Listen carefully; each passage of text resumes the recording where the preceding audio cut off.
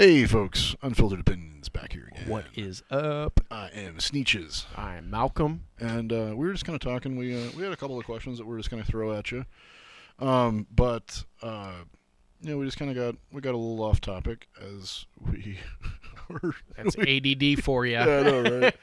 I'd love to tell you it's bullshit, but fuck, dude. I mean, at any given moment, I might just start all of a sudden talking about Antarctica or something. Yeah. For no fucking reason. I don't know why. I read a little bit about it, and now I'm gonna tell you about it. Then we're gonna tell you. Yeah, and there are people like, that's bullshit. I know more than you about that thing. Okay, cool, great. Educate me. Yeah. I'm not above education, but at the same time, I don't. Shit, man. I could run with that topic all day, every day, about how.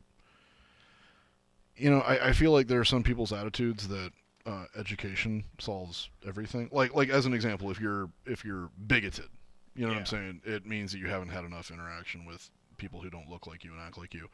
Yeah. And you need more education. You know what I'm saying? Yeah. You need. I think a lot of people need it. you need to be educated on why that view is wrong, and I don't necessarily believe that education solves everything. Yeah. You know what I mean? It solves some things. But I think you need street smarts as well. Yeah. There's a fair amount of real world experience that and unfortunately, you can't really put University of Crenshaw on your resume. Yeah. Or Southside Chicago. Even though some of those people that grow up in those environments, I mean, fuck, dude, they shit. There are some things they know about. I'm always kind of amazed sometimes when you have people that, come from those type of environments, and they have,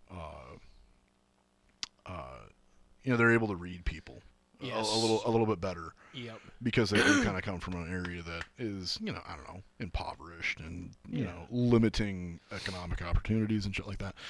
Anyway, see, that's what I'm saying. I can get off topic and a motherfucker for y'all. It's Welcome to Unfiltered Opinions, man. Yeah. This is how. Yeah. I was diagnosed with ADD, so. Oh yeah, I know. Same here, right? Yep.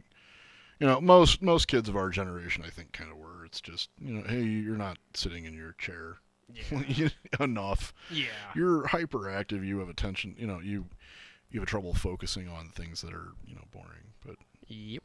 that's a fact of life. So before my daughter gets too crazy over here and lets me know that she needs this bottle, we were just kind of talking about. So I'll just ask people, your first live music event that you remember going to that really sticks out, and I think all of us have a couple of firsts. Okay, Yep. There's the first one that you got drugged to, either by like your parents or an older brother, an older sibling, or even your church group. Yeah.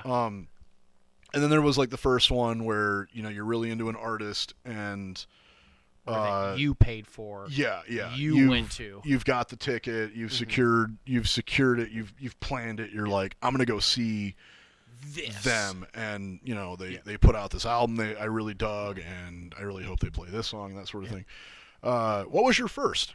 And how did that kind of influence your music taste? yeah Or as a musician. yeah I would say, for me, the first concert I went to, my parents took me to, were the Monkees. Oh wow, That was my first show. Yes, that's 100% true. oh god, that's way cooler than mine. And the first one I went to that I paid for with friends, and it was with you. Yeah, It was with you. Yeah. It was seeing Disturbed. yeah.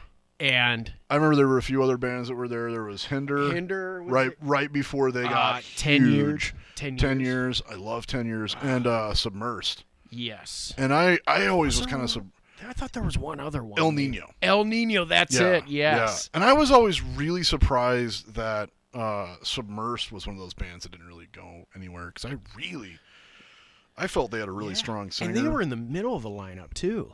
Yeah. I think. Yeah. I kind of felt like they were one of those bands that had like a harder sound a little bit. But like their vocalist was very clean. Yep. You know what I mean? Like he could do everything really. Yeah. My first, I feel like I had a couple of first. My first one, I think I was like 12 years old, and my dad was really into Roger Whittaker. Okay, yeah. And if you don't know who that is, like, I mean, he was old people music, and my dad was 53 when I was born, man. So I mean, he had older taste, we'll say. Yeah. And that was kind of one of those nice kind of upscale places. I had another one that was Leanne Rhymes. That was in 97. Yeah. And then in 98, I had my older brother who, like, he was, and I feel like I can forgive him for this. Okay. Yeah. But when he was like 19, 20, it was like the late 90s. It was the late 80s going into the early 90s, and Vanilla Ice was a big deal, and he always really dug Vanilla Ice. And in 98, spring of 98, he was doing, that was like after he had done that like new metal thing where it kind of sounded like a little bit like Limp Bizkit and Korn and stuff. Yeah. And I think even Korn was on the Ice Ice Baby like remix cover or whatever that Vanilla Ice was doing. It was kind of an interesting situation. We were down at Gabe's Oasis in Iowa City, and I was 14 years old, and I think that was maybe the first time I ever legitimately smelled marijuana, because it was really, really heavy smoked in that club. And it's weird because I'm with my older brothers who are, I have an older brother who's 12 years my senior. Yeah. And in some ways, he's almost like a parental figure. You know what I mean? So it's like, oh my God, that's marijuana. And, like, I couldn't believe it. Like, my older brothers, 12 and 8 years my senior, they, like, my brother who's 8 years my senior, and he's always been into like hard rock and metal and stuff, and he kind of gave me a very, very quick impromptu like, this is how you crowd surf. You know what I'm saying? Yeah. You stay on your back, you try and stay level, you don't let your feet laterally get above your head, because then you can get flipped and land on your head, and you can get seriously fucking injured. And even when you're in, a mosh pit, you got to keep, your hands up, almost like in boxing. You know what I mean? Oh, like, yeah. Close into, because, a very real reality there is the potential of having cracked ribs. You know what I mean? And that sucks. I remember being at a show once where I was like the second person behind the barricade, and there was like a crowd of people behind me, and I was like, this is it. This is where I'm going to get a fucking cracked rib. And it didn't happen, but oh my God, I was like, squished. I'm like, this is. And that's what happened to me at my first show. Is yeah. I'm like way up by the front. I'm like the third row from the front of the gate. Yeah. And then all of a sudden, you feel that crowd closing in on you. Oh my God, and it's scary. Dude, I just shoved one side, and they just fall like dominoes. Man. Yeah, I know.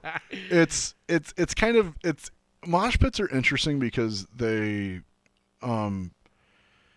it's the kind of place where you can very easily get injured, but you can also kind of easily defend yourself to some degree, because but I'm nervous where the hard rock and metal culture is going in the future, because I feel like even some of the last shows I had been to, I feel like people didn't really understand when. Oh, that's my little girl. She's starting to freak out. So that's my cue. We gotta wrap this up here in just a minute. But yep.